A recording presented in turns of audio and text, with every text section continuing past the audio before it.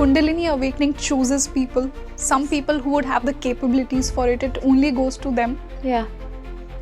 What are the capabilities that one person would have? I think it's coming from past life, and the people must be very pure. It have to do with purity. What do you think about your past life connection with him? I think I met him a lot of lives before.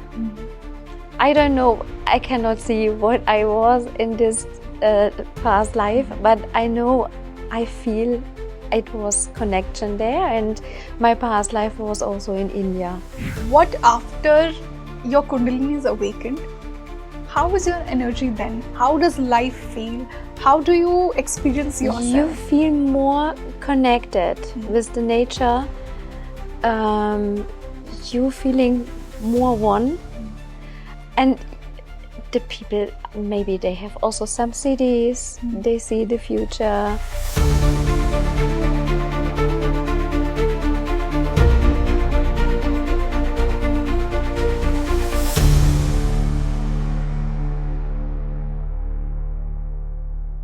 Namaste everyone, a very warm welcome on the show, and I'm your host Rangoli Sharma. Another day and I've brought to you another exclusive episode of my English series Mystic Mind. I'm sure by now you must have heard a lot about Kundalini. It's the dormant energy residing in your spine, waiting to be awakened. How do you actually awaken the Kundalini? What really happens when you awaken the Kundalini? Is it possible to awaken it within this life? How did the highly awakened sadhus and yogis were able to awaken their Kundalini? In today's discussion, I've talked everything about Kundalini rising. And these days there are so many myths around this particular concept as well. People are selling 3 days course or 3-month course, and they're telling you that you can awaken your Kundalini. Is it really possible? We've talked about it. How do you awaken your inner Shiva and Shakti within yourself? This is one more topic that I've covered in today's podcast. And what can sound healing and vibration do to you and your healing journey? So let's dive deep into today's discussion. And for this wonderful discussion, a very special guest has joined me today. She's a spiritual teacher, sound healer, and Kundalini and Nad Yoga practitioner. Let's welcome Yogini Mekhla ji on Speaking Tree. Sadhvi Mekhla ji, a very warm welcome on the show. Namaste, Om Namo Narayan. Such a pleasure to be with you here today. And I must say, your aura, your energy, it's so vibrant. You've energized all of us already. Thank you so much. And since I'm sitting with you, with such a high energy person today, I would like to talk about the same energy, the same Shakti, the same Kundalini that we talk about. I'm sure people who consider themselves spiritual or they are into spiritual practices, they must be knowing this, that in the times that we are living in, there is so much that's being talked about Kundalini. Yes. So many myths around it. People are selling courses on Kundalini awakening. And what I have read so far, it's such high, intense energy. So one should have the capability to hold it. Like if you're rising your Kundalini within yourself, do you have the capability? So firstly, I would like to understand from you, what is exactly Kundalini and how do actually one awaken it, if it awakens at all? Kundalini is the life force, is based in the Muladhara chakra. Everyone have this, but this is we call it also a sleeping snake.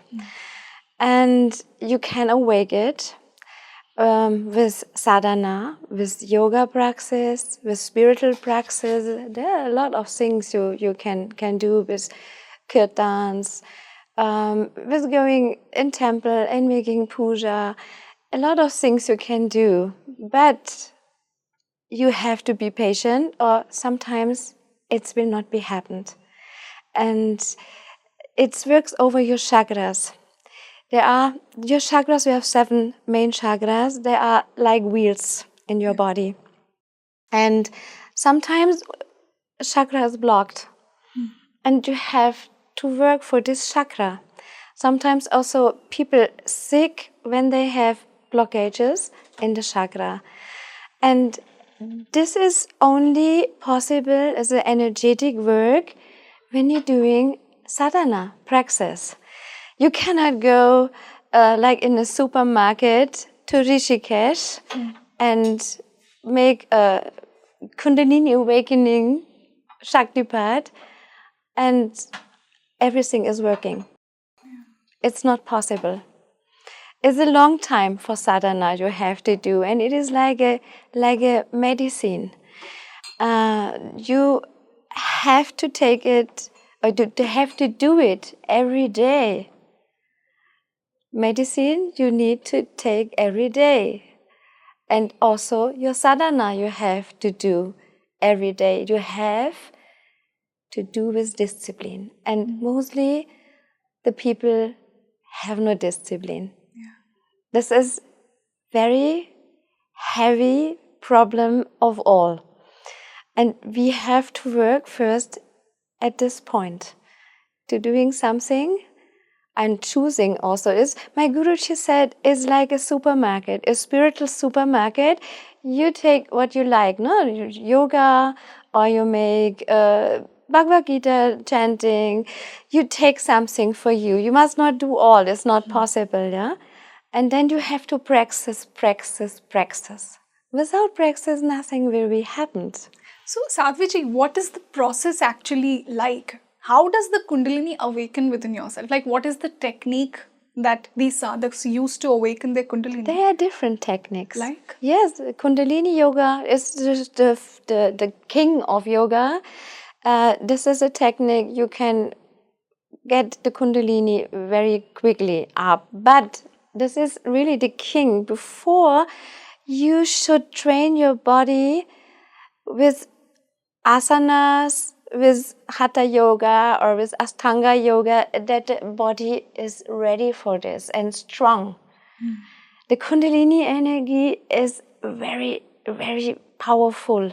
And if the body not ready for this, you cannot hold this energy. Exactly. What will happen if you're not able to handle this energy? Like, I have seen many people they're shaking. Yes, they're shaking, they're crying. Yes, emotional things coming out. Yes. And also this shaking. I had this also in the beginning. I was also not ready for this. And I had, by drums, by bells, I was always shaking. I was out of control and was not able to handle it. And also a lot of other things happened. You have a spiritual awakening, maybe. Not everyone who have a Kundalini awakening have a spiritual awakening. Really? Yeah. It must not be, no? And this is you can go crazy. You can go mad when you not ready for this. And mostly the people don't know what it is, because when you have no experience, how you can know it? It's such intense energy in your body, and there are so much crazy things. Also, you have visions, you can hear voices. Everyone have also different experience in Kundalini awakening, yeah? And it's really a dangerous thing. Yeah. Sadhviji, why do you think people are so obsessed with the idea of awakening their Kundalini in itself? Like, we see these days so many people going after such spiritual practices. So in your point of view, what makes them go after, I want to rise my Kundalini, I want to be so powerful? I don't know, maybe they see it in social network. There are a lot of videos, and you see people who shaking, who crying, and this is a sexual energy. Also, you see also people they show energetic orgasm. Yes, you can see it in Instagram, and it's a lot of show time, and the people get attracted because they're thinking maybe after this they can have some cities, they can do something special when they have a Kundalini awakening. I don't know what is in the mind of the people. I was not searching for this at this time. It was coming to me like a gift. It's a gift. It's a divine gift. Yes. So do you think, Sadhviji, that it chooses people? Like Kundalini awakening chooses people? Some people who would have the capabilities for it, it only goes to them? Yeah. What are the capabilities that one person would have? I think it's coming from past life, and the people must be very pure. It have to do with purity. Purity by mind, purity also with your body. You have to purify your body with food, that you're eating healthy food, vegetarian food. You have be also in your mind be pure, not negative thinking. You have to be positive. And I think it's also coming from your past life. What about past lives? The karma from past life. When you have a good karma, and this is a divine thing. This is God gift. Ask God why He gave this. I want to actually understand this connection in a deeper way. Like how Kundalini is connected to your past lives.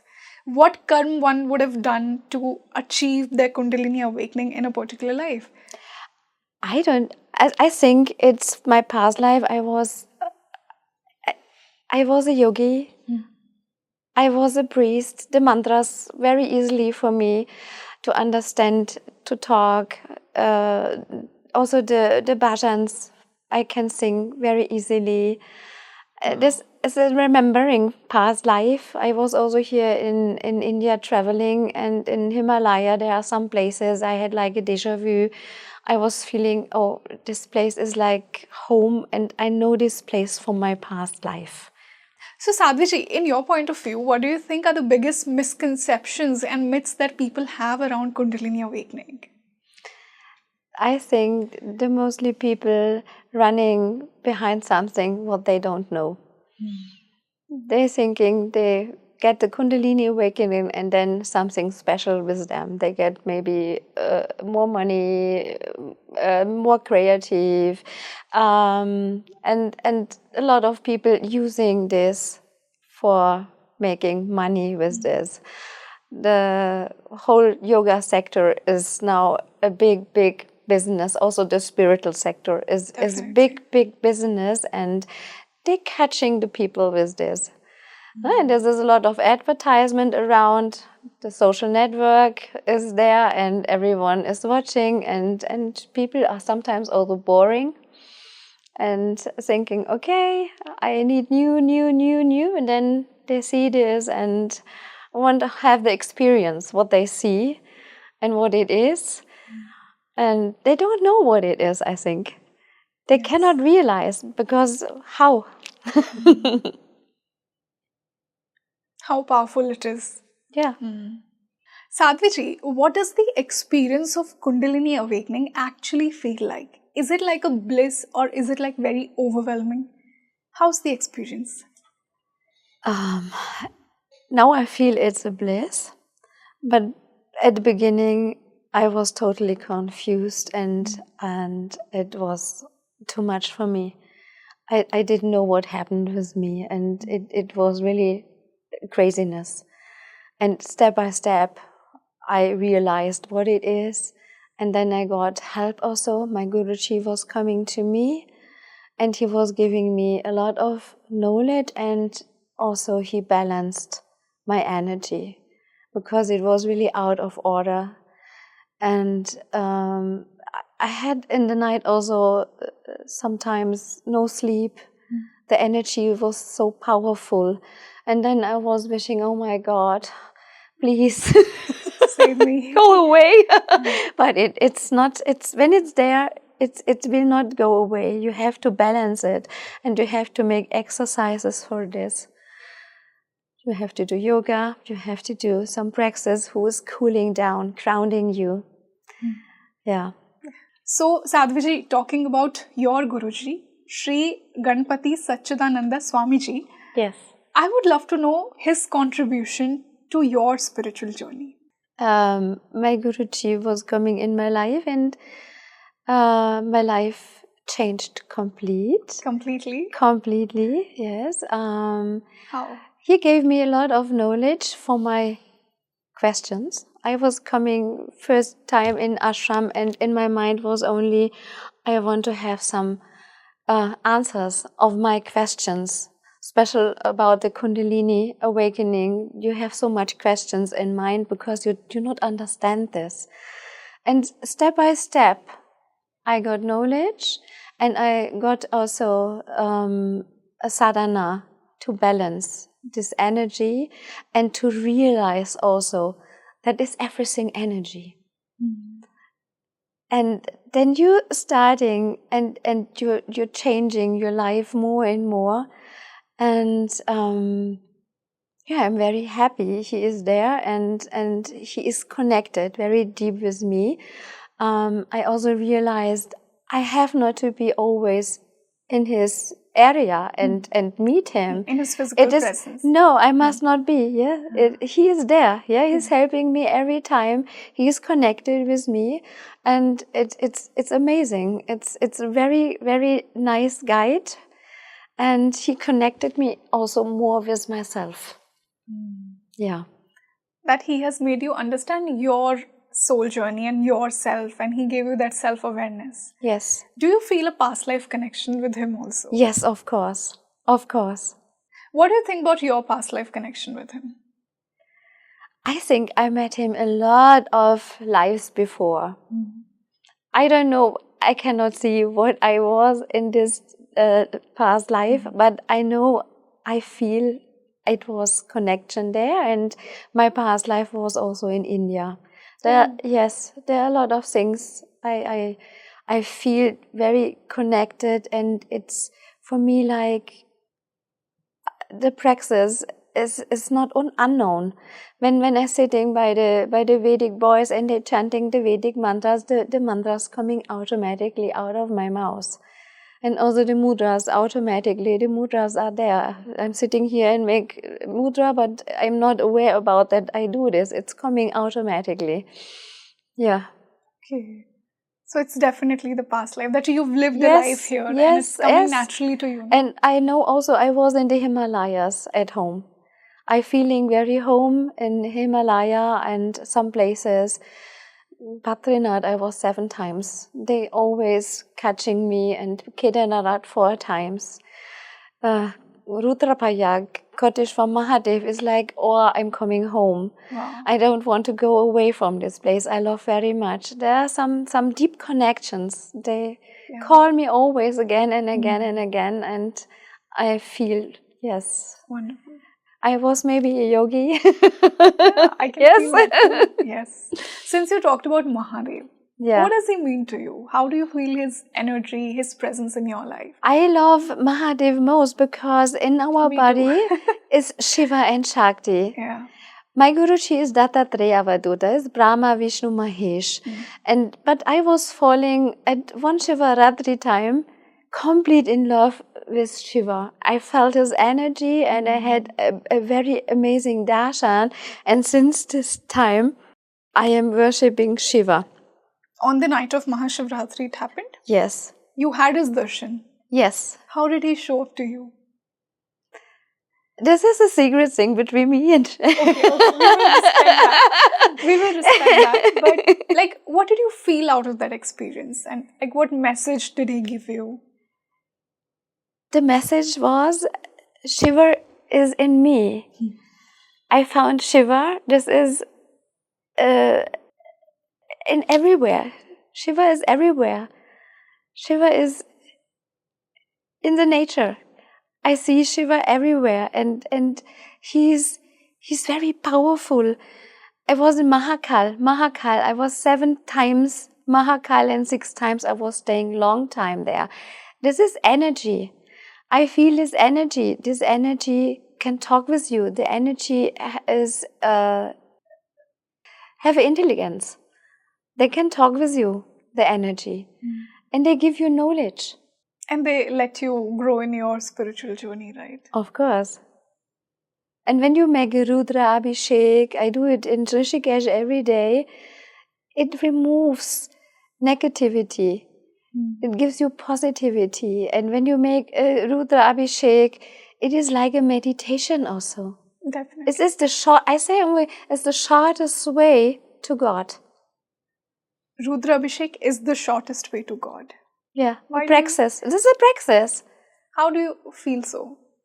Yeah, because it is for me the feeling, it's really very short connection. I have not much to do, only to do the Rupa shape, and then I feel I'm very deep connected. I'm getting Shiva myself.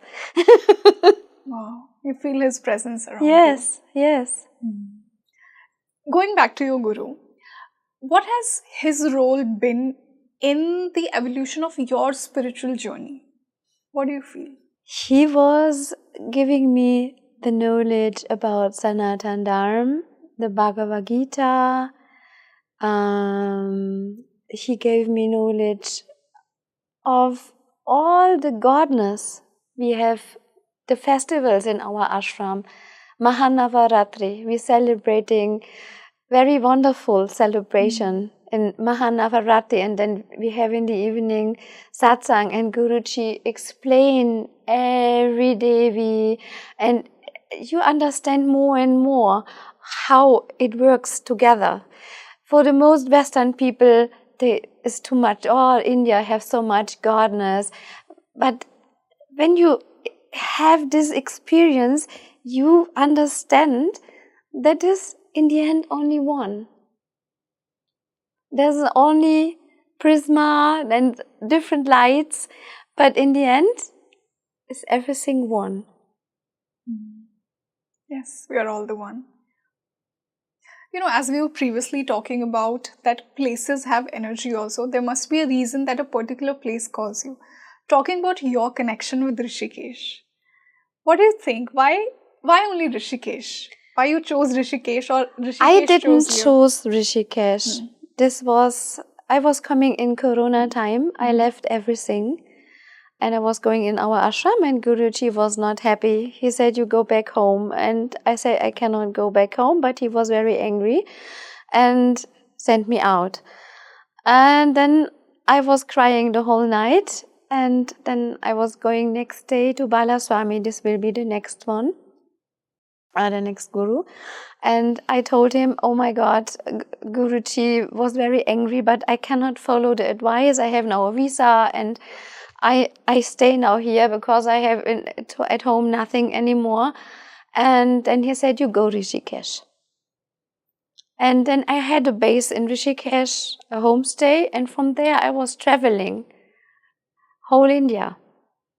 My luggage was parking there, and I was traveling. First, all Jyotirlingams. This was also advice from Guruji. Okay. You have to be first strong with Shiva.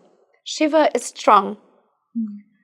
And then, after this, I visited the Shaktipats. How many? I was visiting the 51 Shaktipats from Satima. And from this 51, I visited already 44. Okay. Yeah, and some doubled. The Kamakya, I was 3 times. Himachal Pradesh, the Shaktipitas, I also 2 times I visited. Tara Devi was also calling me. It's a call, inside call. Yes. I'm only following what's coming to what's coming inside for me and calling me. Yeah. What do you think? How does the energy of these places, like your Guruji told you that firstly connection should be stronger with Shiva, and you said the same connection followed with Devi too. So how does this energy of visiting these sacred places increases your aura and it increases your energy? How does that happen? Every place, this is also very important. When you make yatra, you should not go inside prayers and go. You have to be there, to sit there, and to enjoy the prana of the place. Every place have energy. Every place is not only the temple. I realized outside, in the forest, in the rocks, you can see the divine. You can see some faces in the rocks. You can feel also the energy. And when you close your eyes and go in meditation, you can also feel the energy inside. And connecting with this energy is like eating prana. And this increasing your energy. You know, Sadhviji, they say that a particular place or maybe a mandir, it calls you. Do you also feel that? Like at a particular point in life, you would have a calling to visit, let's just say a Jyotirling or a Shaktipat. It happens. Yes, it happens. And when does that happen? I was at some places. Kedarnath, this is a good example. I was 3 times Kedarnath. And last year, I was traveling with some people and they said, oh, we're going Kedarnath. And I said, oh, I was 3 times there, again upstairs. But the divine was calling me so much. And I had such amazing experience. I was going with the Doli up. Yeah. And I was blessed. The Doli was in the temple for one night. And the priest was allowing me to sit 30 minutes by the Doli. It was such a high energy. And then I was going up and upstairs. It was very crowded. And the people was fighting to coming inside. I was not able to come inside. And some person was beating me a blue eye. And then one policeman was helping me. He said, you go exit and run. And I was running inside. Then one priest said, please stay aside. And then I was standing there and observing this craziness in the temple. And then I realized there are 4 sides. Because the first 3 times I was with the priest there, and on one side we made puja and out. And then I realized, wow, there are 4 sides. And then it was a little bit more quiet. I was going every side and did my pranam. And I said, okay, every time when I visited some place, some Jyotirlinga, some Shaktipat, it's different experience. You get more knowledge, different knowledge. And that only happens when they want to call you, right? Yes, the divine is calling you. Yeah. And I think the only criteria, as we already talked about, is the purity. Yes, right? This is very important. Sadhviji, we were also talking about how some experiences, like when they break you, they are not actually breaking you, they are meant for your soul evolution, for your own growth, which in the very point it is happening, we might feel that life is being so unfair and, it's breaking us. Yes. I had also this experience in my life. You have to fall deep to see light. And you have to make your experience. And sometimes the people don't want to learn and make the mistake again and again and again. And they get beating.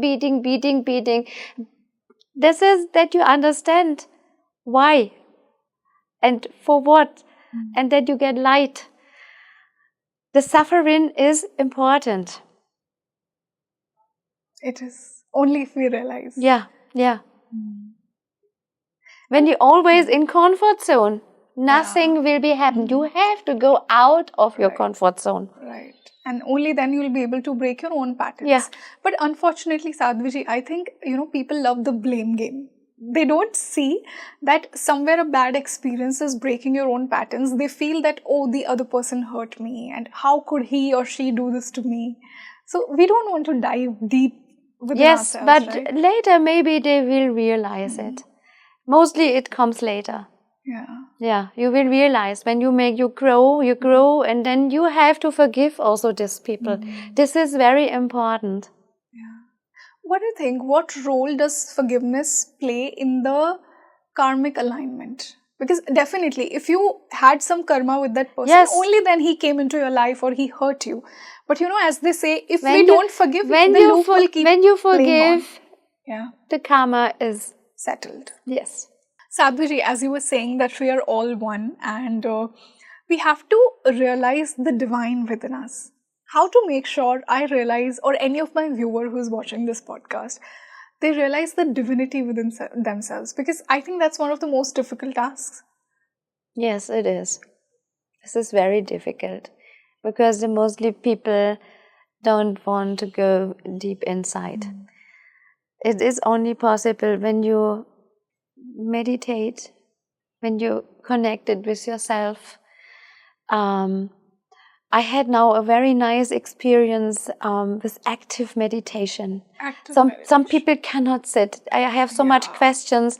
I cannot meditate, and it also so much hype around meditation. You must do this. Normally, meditation is very easy. It is? Yeah, you was also meditating with me. I was bringing to the breath your awareness, and it was very easy, no? You was enjoying very much, no?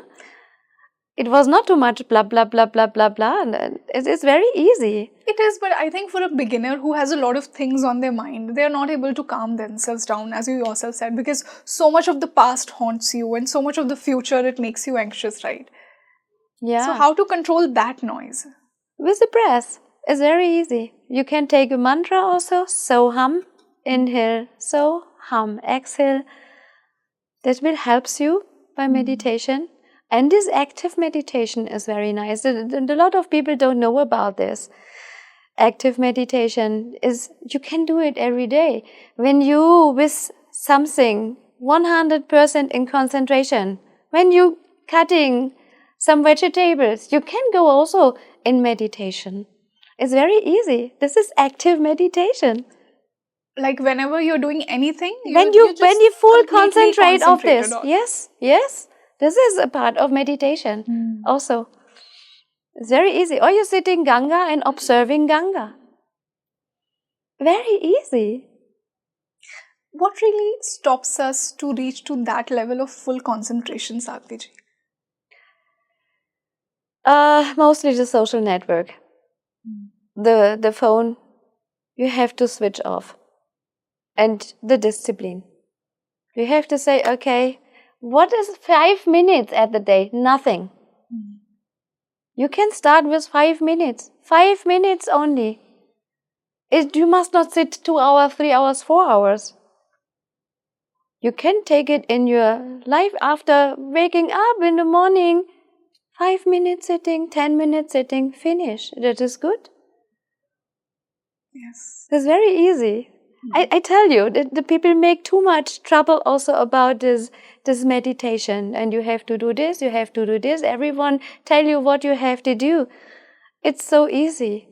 Sadhviji, now that we talked about the capability, the patrata of a person who would experience Kundalini awakening, what are the signs that a person will experience while their Kundalini is awakening or their Kundalini is about to get awakened? What will be the signs? Okay, the signs will be, it's getting warm at the backside of your back. Signs can be shaking. Emotional things also can be happened. That they have visions. Visions. What kind of visions? From past life, maybe. Or from gods. Different things can be happened. I can only talk from my experience. But other have different experiences. But the mostly sign is this body start to shake. This is the nervous system. It's a cleaning also will be happened, no? With your body. There are some stockings in your chakras. It's cleans, no? Right, with now all they're this. aligned. Yes.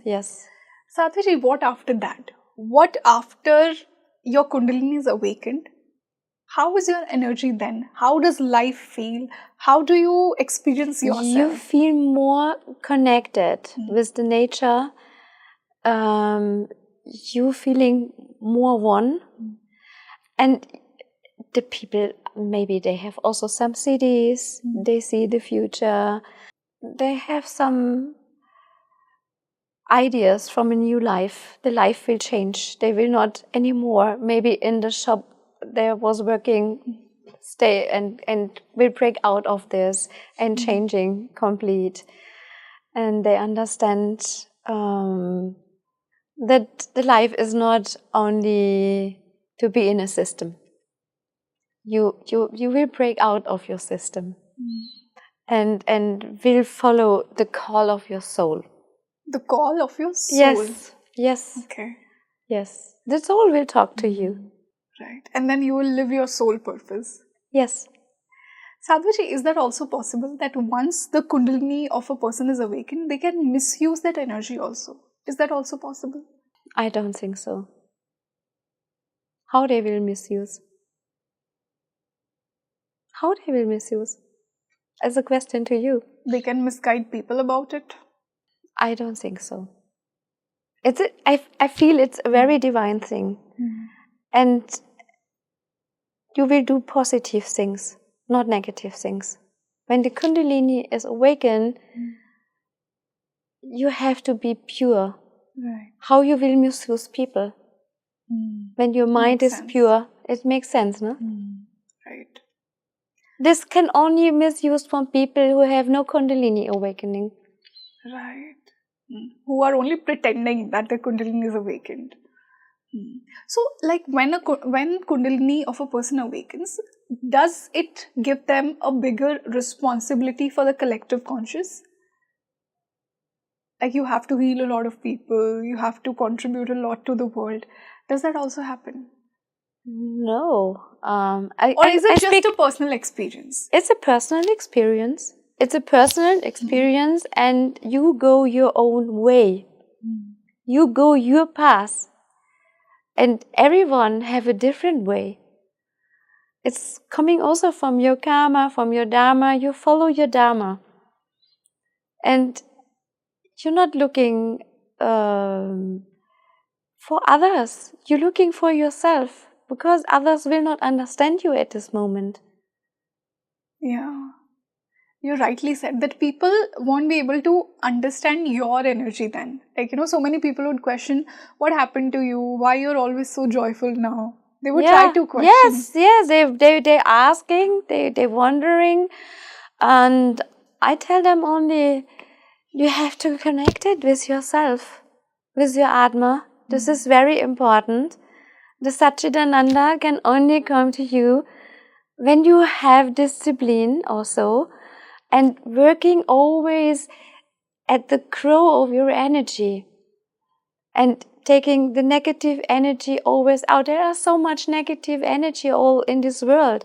I'm not looking television because I don't want to see this negativity. Right. And a lot of things, I say, okay, people, they are negative. I take them out of my life. I don't want these people around me. Makes sense. Yeah. Definitely, Sadhviji. And I feel this podcast will make people connect with their energy. Because hopeful. We got such deep insights from you on Kundalini awakening and the soul's journey. So it was a wonderful discussion and it was wonderful to have you on the show with us today. Thank you so much. Thank you. Om Namo Narayan. So you tell me in the comment section, how did you like today's discussion? In the coming podcast, which more topics should we cover with Sadhviji? Do let me know your experiences with Kundalini awakening. What do you think about it?